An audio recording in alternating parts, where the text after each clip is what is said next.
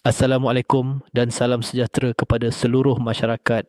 Dalam episod ke-31 ini, pengetua ingin mengajak kita merenung satu perkara penting dalam kehidupan. Kadangkala, untuk menjadi lebih bahagia, lebih tenang dan lebih berjaya, bukan apa yang kita tambah yang menentukan hidup kita, tetapi apa yang kita berani buang. Dan perkara yang paling perlu dibuang ialah unsur toksik dalam kehidupan.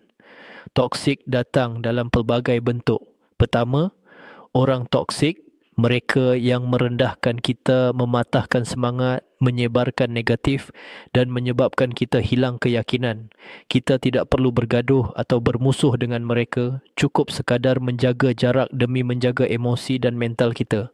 Kedua, tabiat toksik, tabiat suka menangguhkan kerja, cepat marah, bersangka buruk, bercakap negatif dan tidak menghargai orang lain. Kalau kita mahu hidup lebih tenang, kita mesti berani meninggalkan tabiat yang merosakkan diri sendiri. Ketiga, persekitaran toksik. Ada tempat dan suasana yang hanya membawa tekanan. Jika persekitaran itu tidak membantu perkembangan diri, sudah tiba masanya kita memilih ruang yang lebih sihat, lebih mendamaikan. Keempat, cara fikir toksik. Kadangkala racun itu datang daripada diri sendiri. Aku tak mampu, aku tak layak, tak guna cuba. Tukarkan kepada pemikiran yang lebih membina. Aku boleh belajar, aku boleh berubah, aku tetap berharga.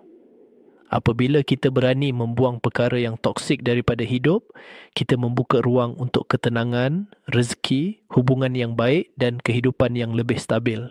Ingatlah, episod 31 ini mengingatkan kita bahawa hidup tidak akan berubah jika kita masih memeluk benda yang merosakkan jiwa. Buang yang toksik, sambut yang positif.